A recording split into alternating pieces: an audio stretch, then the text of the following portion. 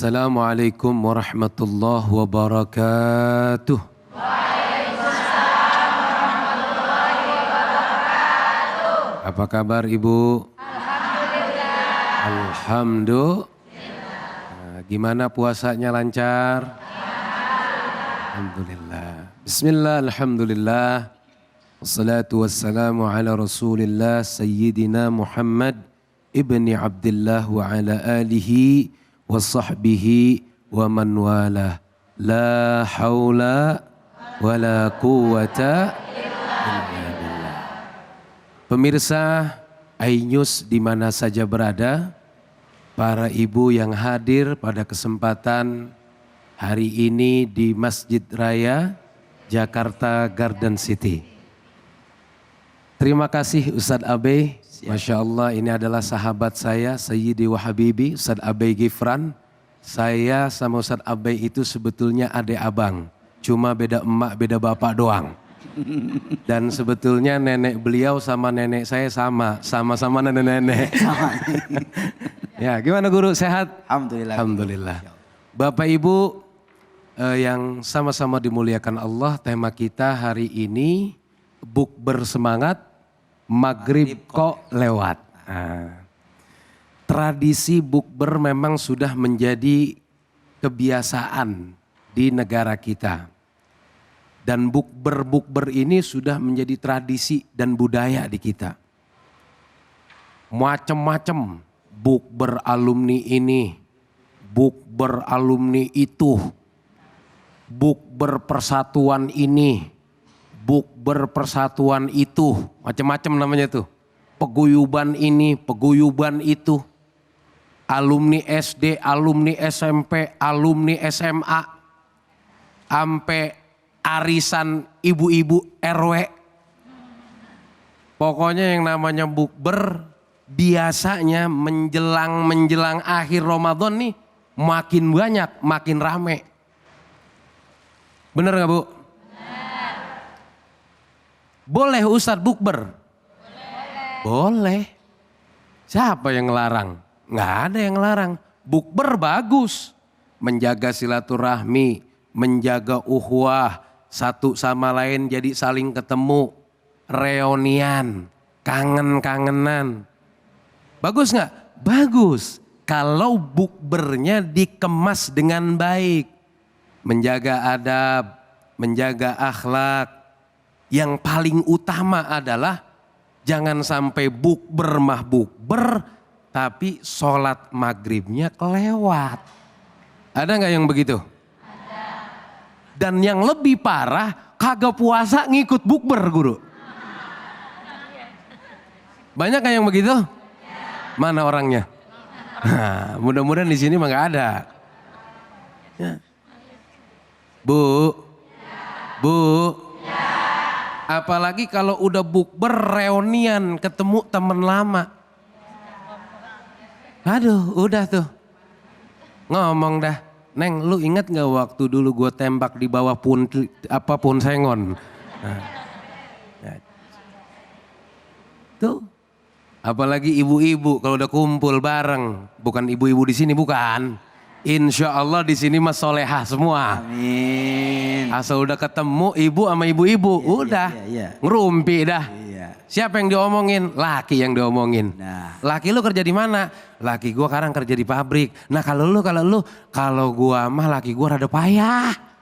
Diomongin tuh suami. Akhirnya jadi gibah. Akhirnya jadi ngomongin orang. Sehingga yang tadinya baik, yang tadinya bagus berubah tuh. Jadi kagak bagus. Berubah jadi kagak baik. Apalagi sampai sholat yang ditinggal. Dan yang paling penting adalah ketika bukber kita lihat dulu. Bukbernya di mana? Rondon acaranya apa? Banyak beberapa kali pengalaman bukber di rumah makan, di restoran. Yang namanya bulan puasa Bu. Itu yang namanya rumah makan, restoran. Apalagi udah akhir-akhir Ramadan. Penuh. Bener Bu? Di mana-mana kredit penuh. Akhirnya apa yang terjadi? Karena nungguin orang banyak, makannya ngantri, akhirnya buka puasanya telat. Padahal sunnahnya kita takjil. Apa itu takjil? Takjil itu sebetulnya bukan makanan. Takjil itu artinya menyegerakan. Ada beberapa kali saya pernah juga ngalamin udah azan Allahu Akbar, Allahu Akbar. Awas, ini azan contoh, jangan sampai ini denger ada yang buka lagi. Ya. Begitu azan karena karena ngantri, karena rame, akhirnya dia kan nungguin makanan. Akhirnya sunnahnya nggak dapet, yang harusnya disegerakan, akhirnya nggak disegerakan. Maka yang paling menjadi catatan adalah ketika kita mau bukber, ikut bukber di mana-mana, maka yang paling utama, yang paling penting adalah lihat kondisinya. Ada masjid apa enggak, ada musolah apa enggak. Terus kemudian kalau ternyata rame, kita harus sudah jaga-jaga tuh.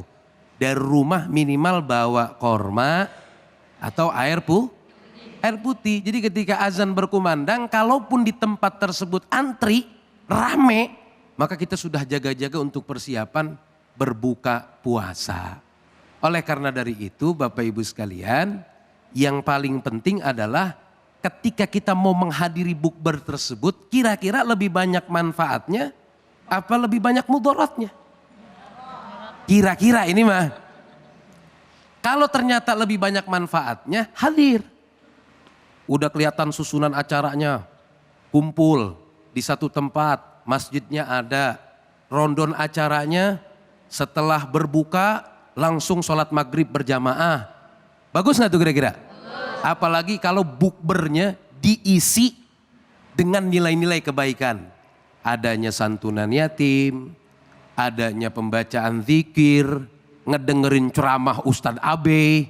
Masya Allah, habis itu kita buka puasa bersama. Setelah itu langsung sholat maghrib berjamaah. Setelah sholat maghrib berjamaah baru dah. Kemana Bu? Makan. Enak gak tuh? Nikmat gak tuh? Bukbernya jadi manfaat gak tuh? Bukbernya jadi berkah gak tuh? Tapi kalau bukbernya gak kelihatan, rondonnya bagaimana, acaranya di mana, masjidnya di mana, sehingga apa yang terjadi?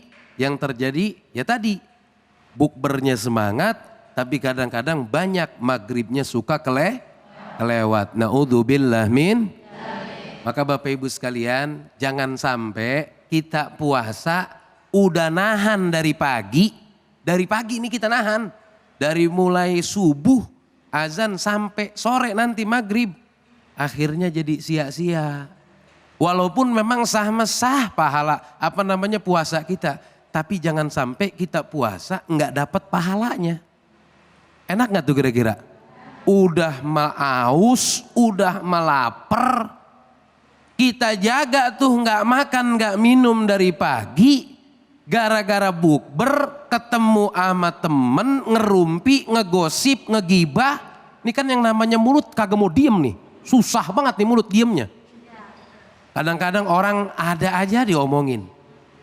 Itu dia hidungnya begitu ya. Lah emang apa dia hidungnya begitu? Emang mesen dia hidung begitu? Kalau mesen kali. Nah kadang-kadang nggak mau diem nih mulut.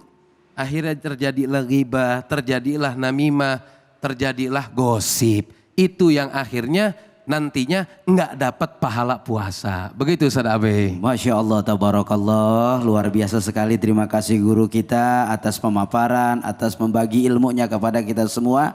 Karena kita pengen Ramadan ini jangan sampai hanya mendapatkan daripada haus, mendapatkan daripada lapar, tapi mendapatkan daripada keberkahan dan ridha Allah Subhanahu Wa Taala. Amin ya Rabbal. Sepertinya udah banyak nih yang mau bertanya-tanya. Ada yang mau bertanya? Masya Allah, silahkan ibu yang di depan ini. Assalamualaikum warahmatullahi wabarakatuh. Waalaikumsalam warahmatullahi wabarakatuh. Ya, perkenalkan nama saya Siti Marhama dari Majelis Taklim An-Naqiyah. Silakan. Ustadz, saya mau tanya, Ya. bagaimana kalau puasa kita mau berbuka itu dan sahur kita itu susah untuk buka dan sahurnya. Dan apakah puasa kita diterima atau enggak Ustadz? Terima kasih. Assalamualaikum warahmatullahi wabarakatuh. Waalaikumsalam warahmatullahi wabarakatuh. Masya Allah tabarakallah. Ada sebagian guru di antara orang-orang yang ada di kita, mereka makannya susah, nggak ketemu makan, kadang sahur nggak ketemu. Juga saking susahnya dia buka juga kadang-kadang adanya begitu. Nah kalau fenomena demikian apakah puasanya diterima guru? Silahkan guru. Pertama, puasa itu sebetulnya mengajarkan kita untuk peka. Ya Allah, sehari tenggorokan nggak kena air. Oh begini ya rasanya aus. Ya Allah, sehari nggak kena nasi nih perut. Oh begini ya ternyata rasanya lapar. Enak nggak Bu? Nggak enak. Oh begini ya rasanya aus, oh begini ya ternyata rasanya lapar. Puasa harusnya mengajarkan kita timbul kepekaan. Sehingga ketika timbul kepekaan agar kita bisa saling berbagi kepada sesama. Jangan sampai nasibnya kayak tadi pertanyaannya. Mau sahur aja susah, mau buka puasa aja susah. Nah, adapun sah atau tidaknya dia puasa selama dari mulai terbitnya fajar, subuh, sampai dengan nanti tenggelamnya matahari, maghrib, dia menjaga nggak makan, nggak minum, dia jaga lisannya, dia jaga kemudian syahwatnya, dia jaga pandangannya, dia niat dari semalam mau besok tuh mau puasa. Maka puasanya sah guru. Puasanya sah. Nah kalau seandainya dia nggak mampu untuk makan. Maka cukup minum ketika dia sahur. Dan ketika berbuka pun nggak mampu untuk makan. Maka cukup dengan minum. Maka puasanya tetap sah. Karena semuanya tergantung kembali kepada niat. Begitu kira-kira Bu jawabannya.